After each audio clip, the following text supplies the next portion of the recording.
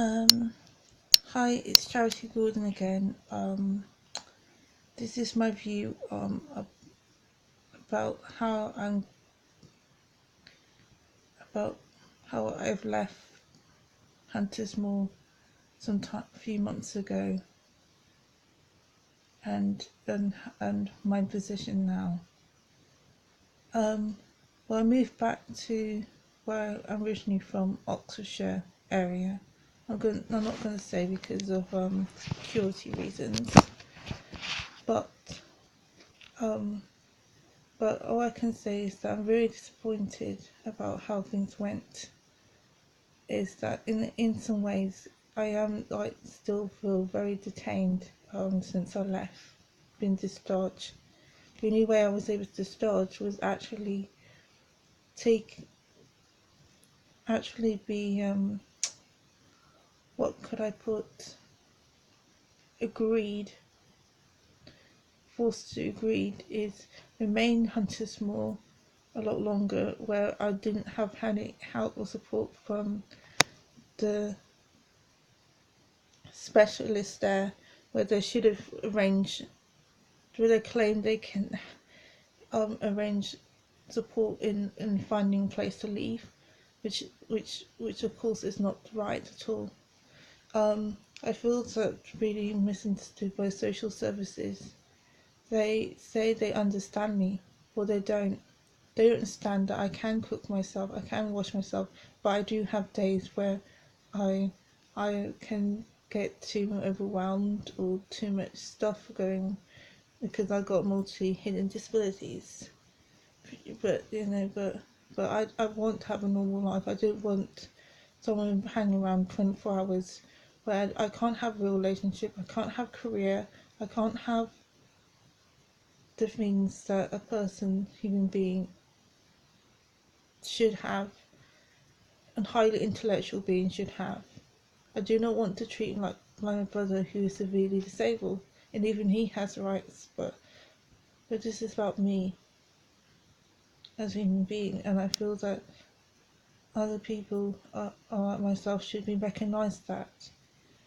Um, yes, so I was forced to agree in either remain there or there, but I this Huntersmoor, so I in Birmingham, so in Christchurch Hospital, so I decided the only choice I had was or the choice I had was transferred to Huntersmoor, Christchurch in Oxfordshire, in the area, or or which would be even worse off, or or agree to be in a place where support housing that I didn't want in the first place, but I didn't agree back in Oxford in 2015.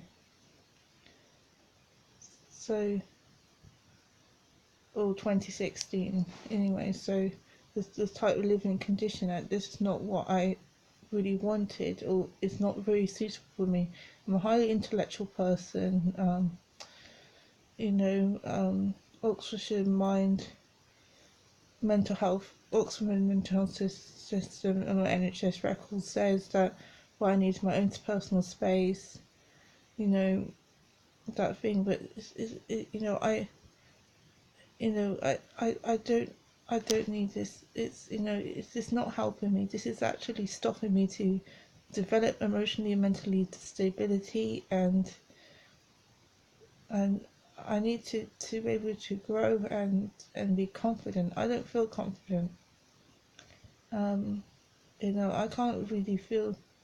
I feel very suppressed. I don't feel I actually feel like it's no.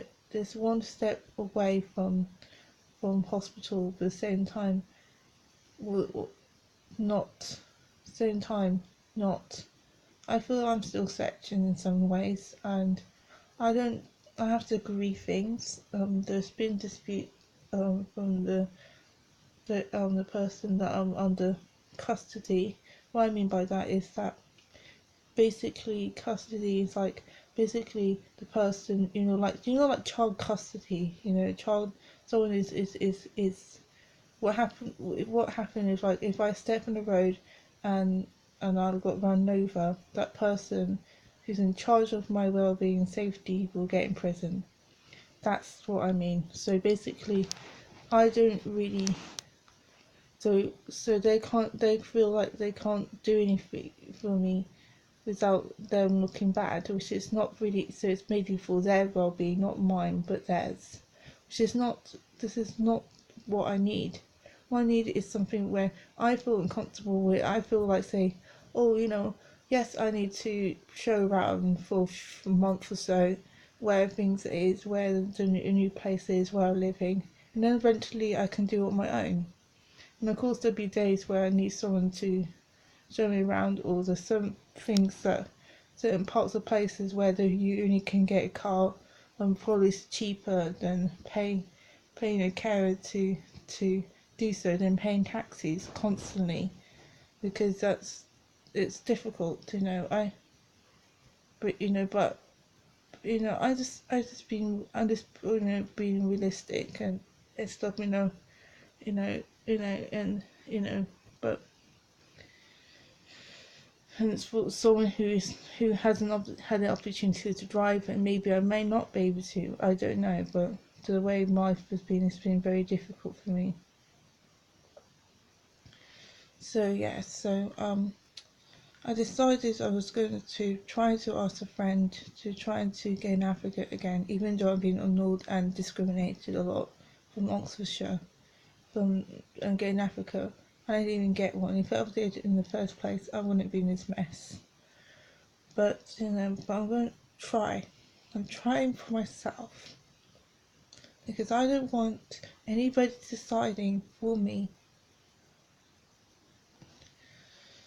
I don't want to be like some people I know in the place I am, where they're just years and years and years, and and stuff. I'm not nowhere near where I want to go, like going to St. Martin's and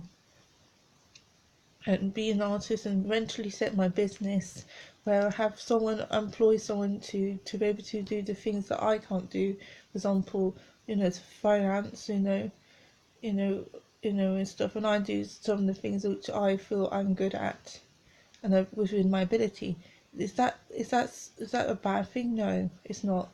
But where I am, I, that's the school that I want. I went to college. I did GMBU. Yes, I was discriminated by Oxford Charwell years ago, and it's not just me, but there's a lot of other people that was discriminated at college. There's a reason why they changed that name. I'm not wanting to be stuck. I want to be able to to to work within my ability, at the same time not overdone it. Because I can't work anymore. Doing normal jobs, I have to work within my ability, and my ability means going for an education, but not any rubbish shit like college and everything. Because I've done that. That doesn't work. I'm a creative person, and I've got a brain, and I need to use it. I'm 30 years old. I'm going to be 31, and I can't make it if if I'm not going to try. So this time I'm going to try asking a friend within my circle to represent me. She doesn't know me well, but I just hope that maybe she will do something for me. She's a career advisor, and hopefully she maybe, because she supports someone else, and so hopefully she can do that for me. You know, because even she thinks I'm smart, and she doesn't really know much about me, but you know, I just, I should be given a chance, not being cut off where I cannot grow at all, because it's like, oh, you're disabled, so therefore you can't do anything. You you need someone to push you to be able to say, decide things for your life and blah blah. You know, I shouldn't have denied life. Yes, I was abused. I was with someone who was not very good, but you know, but I tried my best. I was smart to to get out on my own and stuff. I should not be life been taken away because of bad carers or bad charity called Headway that I paid them part time and they took away my life. And social services said they'd give me a house on my own, but yet they didn't really exactly. They set me up to fail. They're setting me up to. I'm not being paranoid. This is a real thing. This is really happening. I know there's a lot of people who's been set up to. Their life has been taken away. They're eligible to have children, but their children's been taken away or even neutralised where they can't have children because of the fact they got a certain disability, they've got anxiety or something. I know that some people do, but there's certain things that's not right. I will try to represent myself and other people. I'm not saying life will gonna change, but at least for me and other people to realise what they're doing is not always the right thing, and that everybody's different. And just because someone got one disability, several people got disability doesn't mean that they should be put in the same box. Nobody's in the same box. Even doctors agree that you can't just label one condition and say that's a person. That's not true. You can't label everyone. Anyway, bye for now. Bye.